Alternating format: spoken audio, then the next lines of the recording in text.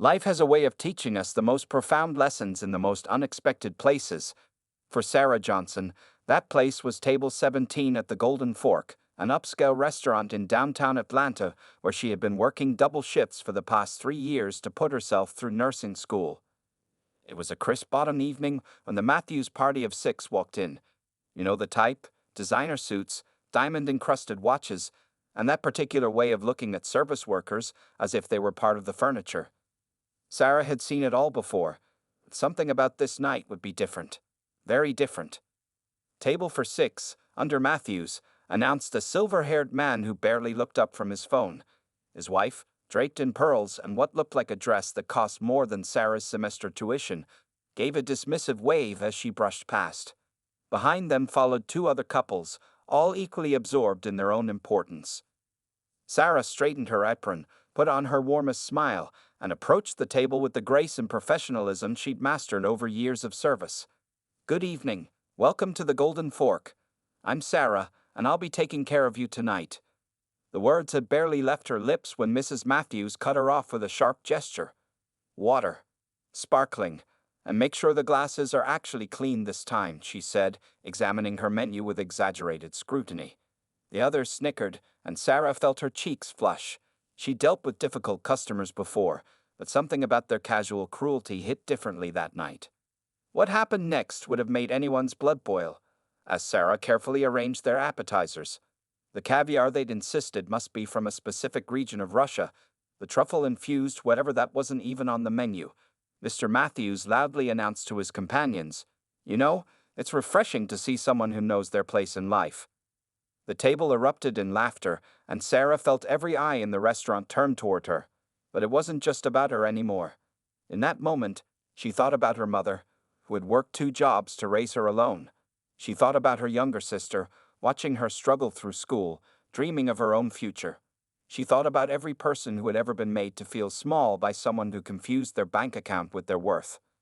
The night spiraled further as the group ordered $400 bottles of wine while making pointed comments about people who expect handouts, and the problem with society today. Each serving, each interaction became an exercise in humility for Sarah. But something was brewing inside her, not anger, but determination. Little did the Matthews party know, Sarah wasn't just any waitress. She had a 4.0 GPA in nursing school, volunteered at the local homeless shelter every weekend, and had already been offered a position at one of the city's top hospitals upon graduation. More importantly, she had something they clearly lacked: compassion. As the evening wore on, Sarah overheard snippets of their conversation about their struggling businesses, their fears of losing status, their own insecurities masked by expensive watches and practiced smears. That's when an idea struck her. An idea so simple yet so powerful that it would not only change their evening, but potentially their entire perspective on life. What Sarah did next left not just the Matthews party speechless, but the entire restaurant in awe. It wasn't an act of revenge. Sarah was better than that. It was something far more powerful, something that would make headlines in local papers and eventually catch the attention of national media. But before we reveal what Sarah did that night at the Golden Fork, we need to go back 3 months earlier to an incident that would prove crucial to understanding the full impact of her actions. An incident that would connect these wealthy diners to Sarah's life in a way none of them could have imagined. Piano music swells softly. You see, Sarah Johnson wasn't just fighting for her dignity that night. She was standing up for something much bigger, a truth about human nature that many of us forget in our rush to judge others. And by the time this story ends, those same millionaires who walked into the Golden Fork thinking they were superior would walk out fundamentally changed. What happens next is a testament to the power of human connection, the strength of character, and the kind of quiet courage that doesn't make it onto social media until it does. Sarah's response to their behavior would spark a movement that began in Atlanta but quickly spread across the country, showing that sometimes the most powerful statements are made without saying a word. Stay tuned for what happens next, because this isn't just a story about a waitress and some rude customers. It's about dignity, respect, and how one person's choice to rise above can inspire thousands. And trust me, you're going to want to hear how Sarah Johnson turned what could have been just another night of serving tables into a moment that would change lives forever. Piano music fades to silence. Now, Before we continue with this incredible story, take a moment to hit that subscribe button and ring the notification bell, because what Sarah did next isn't just surprising. It's a masterclass in handling difficult situations with grace and wisdom. And in today's world, couldn't we all use a little more of that? 3 months before that fateful night at the Golden Fork, Sarah had been working her usual Sunday morning shift. The restaurant was quieter then, mostly filled with the after-church crowd who came for the famous brunch menu. That's when she first met Thomas Matthews, though not in the way you might expect. She had found him slumped over in his Tesla, parked crookedly in the restaurant's lot. At first glance, he looked like any other wealthy businessman taking a nap in his car, but Sarah's nursing training kicked in. Something wasn't right. His breathing was shallow, his skin clammy, classic signs of a heart attack. Without hesitation, Sarah called 911 and began administering first aid. She stayed with him until the ambulance arrived, holding his hand and keeping him conscious by talking about her dreams of becoming a nurse. Thomas Matthews never saw her face clearly that day. He was too disoriented. But he would later tell his wife about the angel who saved his life in the Golden Fork parking lot. The incident made a small splash in local news. Unknown Good Samaritan saves local business mogul. Sarah had slipped away before reporters arrived, not seeking any recognition. She didn't do it for fame or reward. She did it because that's who she was. That's who her mother raised her to be. Fast forward to that autumn evening, and Thomas Matthews had no idea that the waitress he and his friends were belittling was the same person who had saved his life. The same hands they watched carrying their expensive wines had once performed CPR that kept his heart beating. The same voice they interrupted and mocked had once kept him calm during what could have been his final moments. But Sarah recognized him instantly when he walked in. How could she forget? She'd spent 45 minutes talking to him about her life while waiting for the ambulance. She had told him about her mother's sacrifice, about working double shifts to afford nursing school, about her dream of opening a free clinic in her neighborhood someday. As the evening progressed and the Matthews party grew more boisterous with each bottle of wine, Sarah noticed something else. Behind their cruel jokes and dismissive gestures, she saw fear.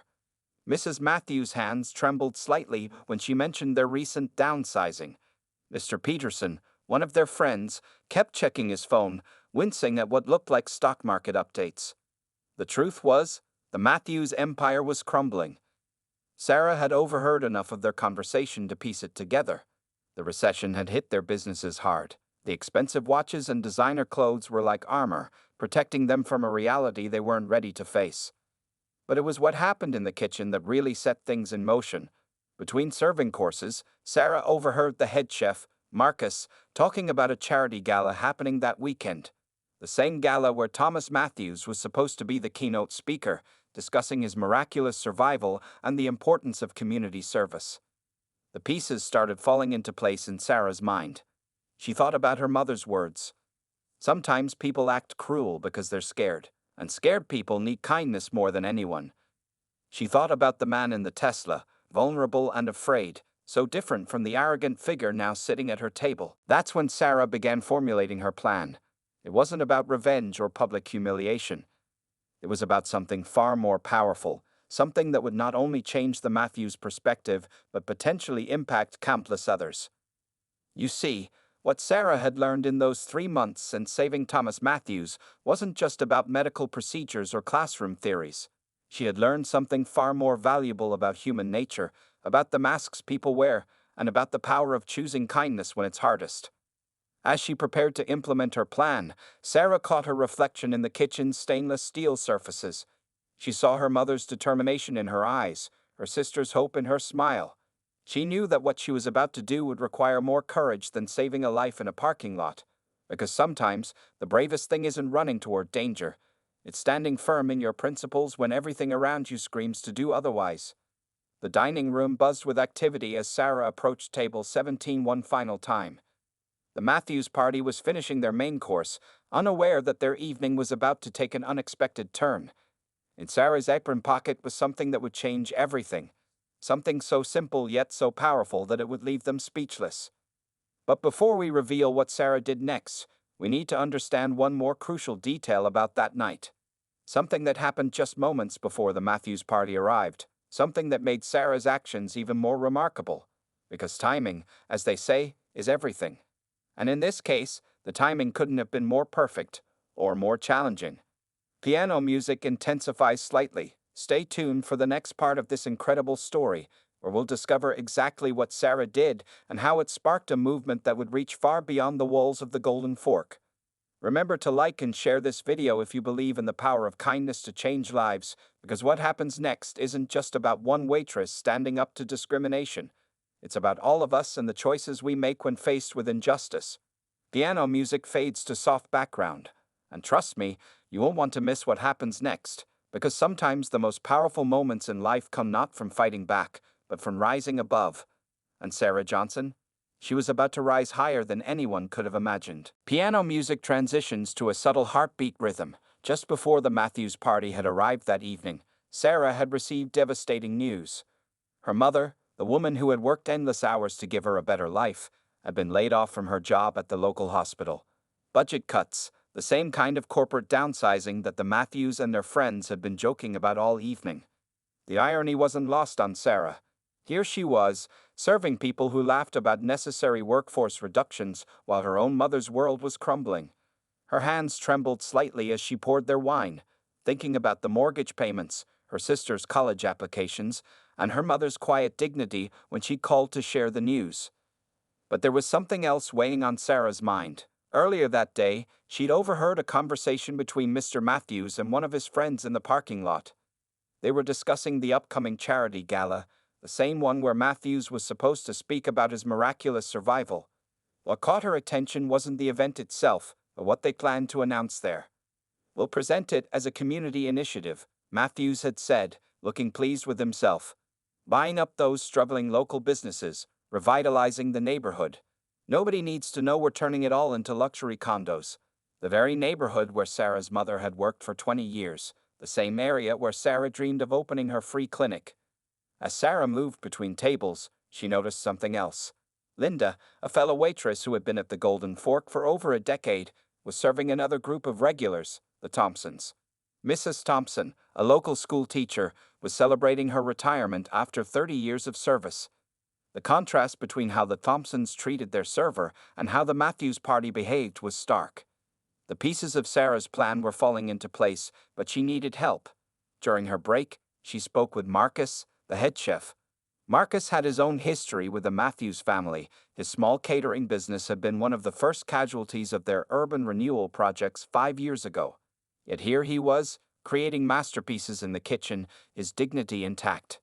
Sometimes, Marcus told her, sliding a perfect creme brulee onto her tray, "The best revenge is showing people who they could be, not who they are." His words echoed in Sarah's mind as she approached table 17 once again. What happened in the next few moments would require perfect timing. Sarah had already spoken with Danny, the young busboy whose smartphone never left his pocket. She had talked to Maria, a hostess whose brother worked at the local news station, and most importantly, she had made peace with what this might mean for her job. As she prepared to set her plan in motion, Sarah caught fragments of conversation from the Matthews party. They were discussing the hospital layoffs, her mother's hospital. "Sometimes you have to crack a few eggs," Mr. Peterson was saying, swirling his wine. Mrs. Matthews nodded, adding, "Those people should be grateful we're bringing progress to their neighborhood."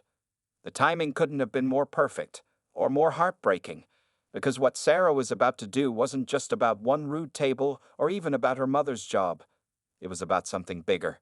Something that would force these people to see beyond their bubble of privilege and face the real impact of their actions. In her apron pocket was more than just the something that would change everything. There was also a letter, one she had written 3 months ago, but never delivered. A letter to the man whose life she saved, describing her dreams for the community they shared. The same community he was now planning to destroy. Heartbeat rhythm intensifies slightly. But before we reveal what Sarah did next, there's one more crucial detail you need to know. Something that happened just moments before, in the kitchen, that would make her actions even more powerful. Because sometimes the universe has a way of bringing everything together in ways we never expect. Stay tuned for the next part of this story, where we'll finally see how Sarah turned an evening of humiliation into a moment of transformation. And trust me, what happens next isn't just unexpected, it's revolutionary in the most beautiful way possible. Music softens, Don't forget to subscribe and hit that notification bell, because the conclusion to this story isn't just about one waitress standing up to injustice, it's about how small acts of courage can spark massive changes. And Sarah Johnson? She was about to prove that sometimes the quietest voices can make the loudest impact. Remember, kindness isn't just about being nice, it's about being brave enough to show others a better way. And what Sarah did next would show exactly that, in a way that would leave everyone, including the Matthews party, completely speechless. Music fades to a whisper. The stage was set. The players were in position. And Sarah Johnson was about to teach everyone at the Golden Fork a lesson they'd never forget, though not in the way anyone might expect. Soft instrumental music with underlying tension. The dessert course was approaching, and Sarah's heart was pounding so hard she could barely hear the clinking of glasses around her. The Matthews party had just ordered their final round of drinks, unaware that the next few minutes would change everything. The restaurant had grown quieter, as if the very air was holding its breath in anticipation. Through the kitchen's swinging doors, Sarah could see Danny positioning himself discreetly near table 17, his phone carefully hidden but ready. Maria, at the host's stand, was pretending to organize menus while keeping one eye on the entrance. Even Marcus had stepped out of the kitchen, something he rarely did during service hours. Sarah's hands were steady as she arranged the dessert tray. Despite the weight of what was about to happen, the letter in her pocket felt like it was burning through her apron. 3 months of silence, of watching and waiting, had led to this moment. But timing was everything, and she needed one final piece to fall into place. That's when she heard it. The distinctive sound of the restaurant's front door opening. Right on schedule, just as she had hoped. The footsteps that followed made her heart skip a beat, but she didn't turn around. Not yet. Instead, she focused on Mr. Matthews, who was in the middle of another boastful story about his business acumen. You see, he was saying, gesturing with his wine glass, these people don't understand progress. Sometimes you have to tear things down to build them up again. His companions nodded in agreement, their faces flushed with expensive wine and self-importance. Sarah approached the table with the dessert tray, her expression carefully neutral. Mrs. Matthews was examining her diamond bracelet, barely acknowledging the server's presence. Mr. Peterson was checking his phone again, his face growing increasingly pale at whatever he saw there. What happened next seemed to unfold in slow motion. Sarah began serving the desserts, her movements deliberate and precise. She could feel eyes on her from every corner of the restaurant.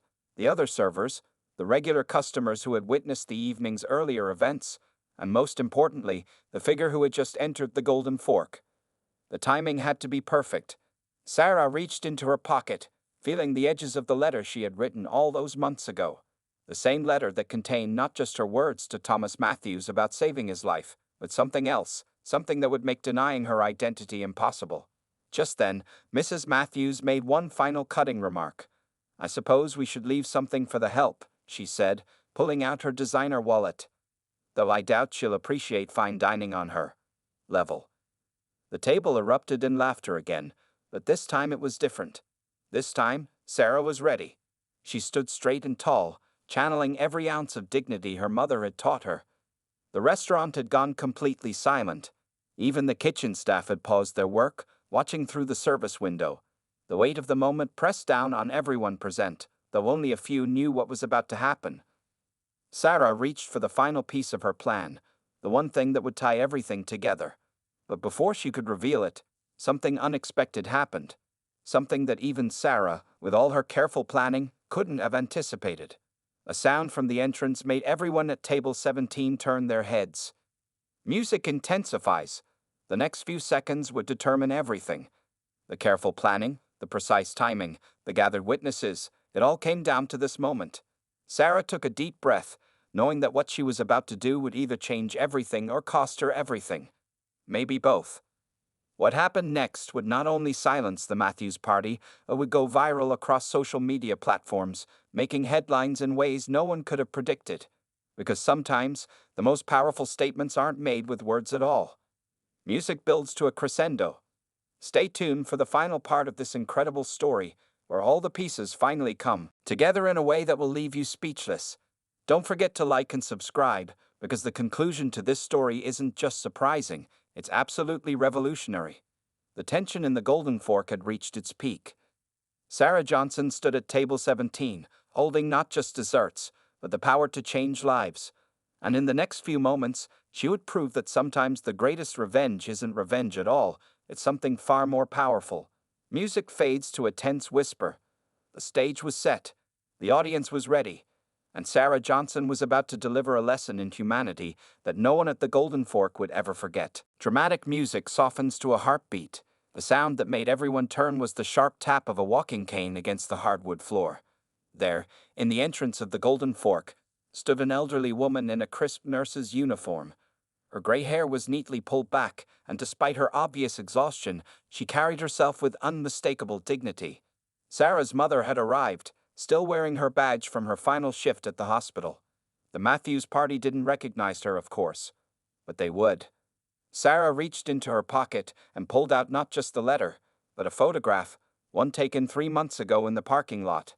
It showed Sarah performing CPR on Thomas Matthews, her mother kneeling beside her, both of them working together to save his life. Mr. Matthews, Sarah's voice was clear and steady, cutting through the silence. 3 months ago, you asked for my name. I didn't give it then, but I will now. She placed the photograph gently on the table, next to his half-finished creme brulee. The color drained from Thomas Matthews' face as he stared at the image. His wife leaned forward, pearls clinking, recognition dawning in her eyes. That's the day she whispered to her husband.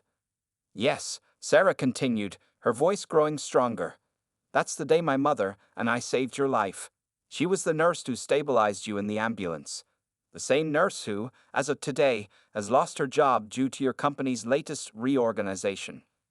The restaurant had gone completely still. Danny's phone was rolling, capturing every moment. But what happened next wasn't about humiliation or revenge. It was about something far more powerful.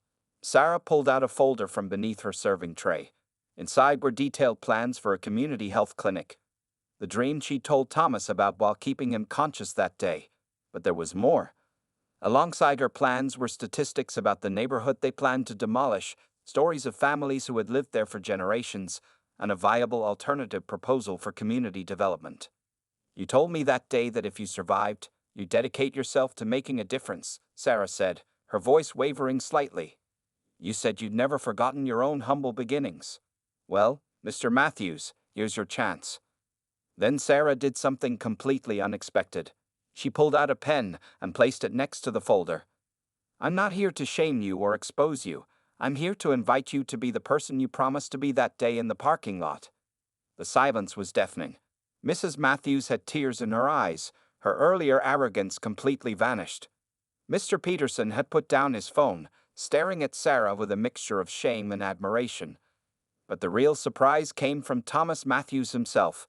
He slowly stood up, his hands trembling slightly as he reached for the folder.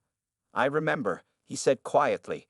I remember everything you told me that day, about your dreams, about this community. He turned to face his business partners. And she's right. We've forgotten who we really are. What happened next would change not just the Golden Fork, but the entire community.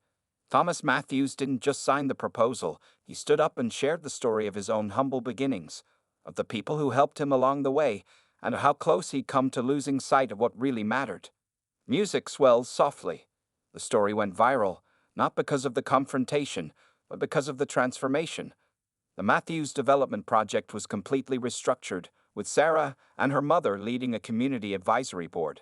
The free clinic became a reality, serving the very community they had planned to displace. But here's the real twist. 6 months later, when the clinic opened its doors, guess who was first in line to volunteer? Mrs. Matthews herself, pearls and all, rolling up her sleeves to help wherever she could. The woman who had looked down on Sarah now worked alongside her, learning what real wealth looked like. Music softens. And that's how Sarah Johnson, a waitress with a dream, taught the wealthy patrons of the Golden Fork that true class has nothing to do with money. Sometimes, the most powerful way to change someone's heart isn't through confrontation, but through compassion. The Golden Fork still stands today, but it's different now. Table 17 has been renamed the Heart Table, and a small plaque tells the story of what happened that night. It's become a symbol of how one person's courage to choose kindness over revenge can transform not just moments, but entire communities. Music fades to a gentle conclusion, because sometimes the most unbelievable endings aren't about getting even, they're about lifting everyone higher, and that's exactly what Sarah Johnson did, one heart at a time. Gentle, hopeful music plays. The story of Sarah Johnson and the Golden Fork spread far beyond the confines of that upscale restaurant. Local news channels picked up the story first, featuring interviews with community members whose lives had been touched by both Sarah's daily kindness and the new clinic. But it wasn't just about one waitress standing up to discrimination. It became a catalyst for change across the city. 1 year later, the neighborhood that was almost demolished has become a model for community-driven development. The Matthews Healthcare Center, as it's now known, serves hundreds of patients weekly, with Sarah working there part-time while finishing her nursing degree. But perhaps the most remarkable transformation wasn't in the buildings or programs, it was in the people themselves. Mrs. Matthews, once so dismissive of the help, now hosts monthly fundraising galas for community initiatives. Her designer outfits and pearls remain, but they're often accessorized with a volunteer badge, as she works alongside former Golden Fork staff in various community projects. The woman who once looked down her nose at servers now serves others with genuine humility and joy. Thomas Matthews kept his promise, not just about the clinic, but about remembering his roots. He completely restructured his company's approach to urban development, making community involvement and preservation central to every project. The Matthews model, as it's now called, has been adopted by developers in cities across the country.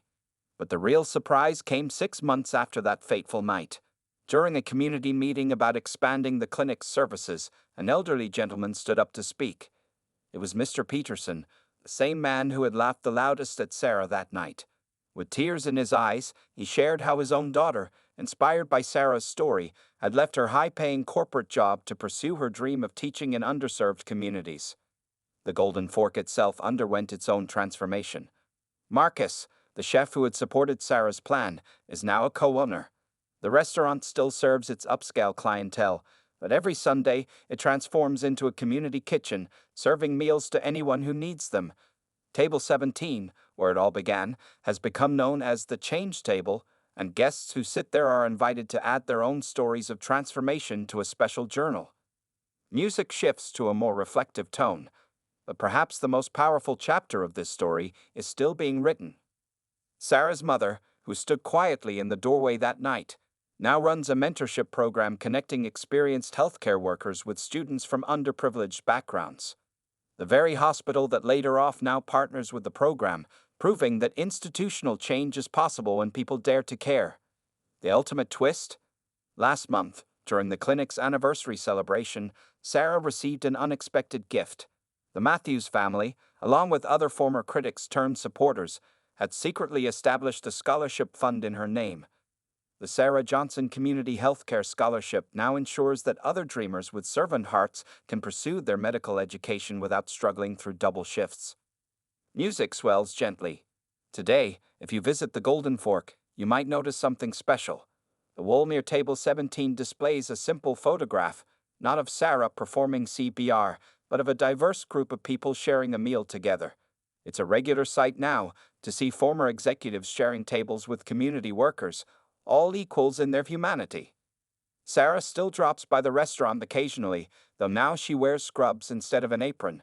She says the same thing to anyone who asks about that night. Sometimes the greatest service we can offer is helping others remember their own capacity for kindness. Music softens to a thoughtful conclusion, and that's the real power of this story. It's not just about one waitress standing up to discrimination, or about wealthy people learning humility. It's about how choosing love over vengeance can transform not just moments, but entire communities. It's about remembering that inside every person, no matter their current behavior, lies the potential for profound change. As for Sarah, she graduated nursing school last week, with honors. And guess who was in the front row, cheering the loudest? The entire Matthews family, sitting right beside Sarah's mother, all of them forever changed by a night that started with humiliation but ended with humanity. Because sometimes the most unbelievable endings aren't about getting even, they're about rising together.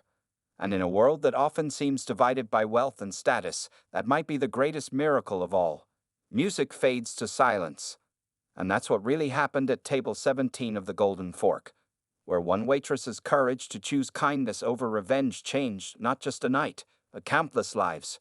Remember, true class isn't about what's in your wallet, it's about what's in your heart. Soft, contemplative music begins. 3 years have passed since that transformative night at the Golden Fork, and the ripples of change continue to spread in unexpected ways. The restaurant has become more than just a dining establishment. It's now a symbol of how one moment of courage can spark a movement. Every month, the Golden Fork hosts what they call bridge dinners, where people from all walks of life come together to share meals and stories. The former boundaries between servers and served, wealthy and working class, have dissolved into something beautiful, genuine human connection. Sarah's mother, now the director of community outreach at the Matthews Healthcare Center, often tells new volunteers, sometimes the greatest gifts come wrapped in our hardest moments. She's turned her experience of losing her job into a platform for helping others navigate career transitions, particularly in healthcare. The Matthews family has undergone perhaps the most remarkable transformation. Thomas and his wife have become vocal advocates for ethical business practices and community-centered development. Their annual charity gala, once a showcase of wealth and status, is now a grassroots fundraising event where local community members share their stories and visions for the future. Danny, the busboy who recorded that pivotal moment, didn't just capture a viral video, he discovered his passion for documentary filmmaking. He's now completing his first feature film about community transformation with the Golden Fork story as its heart. The Matthews family even helped fund his film school education. Marcus, the chef who stood by Sarah that night, has expanded his influence beyond the kitchen. He now runs a culinary training program for at-risk youth, teaching them not just cooking skills but the same quiet dignity he demonstrated during those challenging times. His students' catering service has become one of the most sought after in the city. Music shifts to a more upbeat tone, but perhaps the most beautiful outcome isn't in the big changes. It's in the small, daily interactions that show how deeply the transformation has taken root. Regular customers now know their servers' names and stories. Business people and construction workers share tables during lunch rush. The barriers that once seemed so permanent have melted away like sugar in hot tea. Sarah herself, she's thriving in her nursing career, specializing in emergency medicine, inspired by that moment in the parking lot with Thomas Matthews. She still picks up an occasional shift at the Golden Fork, not because she needs to, but because she believes in the power of staying grounded in where your journey began. The Sarah Johnson Community Healthcare Scholarship has now supported 15 students in pursuing their medical dreams. Each recipient commits to giving back to their community, creating a growing network of healthcare professionals who understand that healing isn't just about medicine, it's about dignity.